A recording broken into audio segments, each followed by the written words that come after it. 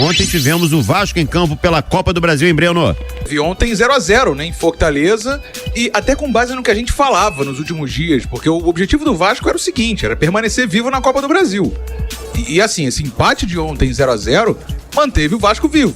O Vasco agora vai ter daqui a 3 semanas o jogo da volta pra vencer. Uma vitória simples basta, jogando em São Januário. Pra ontem, Rafael Paiva foi o técnico interino, técnico do Sub-20 do Vasco. Um time bastante modificado, o Medel foi pro banco, um time com 3 zagueiros e o Ryan foi titular lá na frente. A gente até chegou a projetar um time com 3 volantes, né? Mas o Ryan foi titular do meio pra frente lá em Fortaleza. Foram 40 mil torcedores, então assim, e os jogadores reclamaram muito do gramado. Foram muitas dificuldades que o Vasco acabou enfrentando ontem, mas manteve o 0-0 até o final, com o Léo Jardim pegando muito, ainda mais na reta final da partida. Vamos ouvir o Rafael Paiva, o técnico interino do Sub-20, que comandou a equipe ontem no Castelão, em Fortaleza. Primeiramente, é um prazer receber o elogio do Maicon, né? Um jogador vitorioso, uma liderança dentro da equipe e me recebeu bem, assim como todo o grupo, então é um prazer enorme. Muito feliz, né? Pela receptividade dos atletas. A ideia foi a gente ter os atacantes que a gente estava tendo nos últimos jogos, era tentar jogar um pouco mais, mas sabíamos que a gente tinha que defender muito bem, né? Defender muito bem os corredores e a ideia foi tentar em algum momento ter uma transição mais forte, conseguir atacar o espaço nas costas do Fortaleza. A gente não foi tão eficiente na transição, muito pelo mérito do Fortaleza, mas a ideia era competir, era sair com um bom resultado, mas tentar a vitória o tempo todo. Então tá aí o Rafael Paiva, inclusive o Maicon, na saída de campo, na entrevista pra televisão, ele praticamente disse que tá fechado com o Paiva. Porque ele até falou, né, que muita gente diz que o Vasco não tem treinador e o Vasco tem, se chama Rafael Paiva. Foram as palavras do Maicon ontem na saída de campo, na entrevista pra televisão. Alguns pontos. Hugo Moura teve uma entorse no tornozelo direito, vai ser reavaliado. E assim, o Vasco é claro na preocupação aí com o Hugo Moura. Vamos acompanhar os próximos dias. Jogo da volta dia 21, uma terça-feira, às 9h30 da noite em São Januário. Lembrando que lá, empate vai levar para os pênaltis e quem vencer passa. E aí o Vasco vai ter agora o Campeonato Brasileiro. 3 partidas antes de retornar à Copa do Brasil. Então, por hora, a missão foi cumprida e o Vasco vai olhar para frente para respirar no Campeonato Brasileiro enquanto busca um novo técnico. Terça-feira, 9h30 da noite. Horário bom, né, Azevedo? Pra trabalhar, interessante também. É um horário, um dia também característico. Quem organiza essas tabelas tem, assim, alguma coisa interessante na vida pra fazer?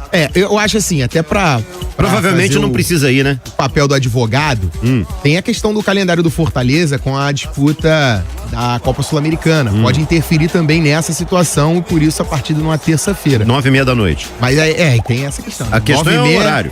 9h30 também acaba pegando nesse sentido. Não a gente ficar falando isso aqui que não vai adiantar de nada. Os caras daqui a pouco vão colocar 11 da noite.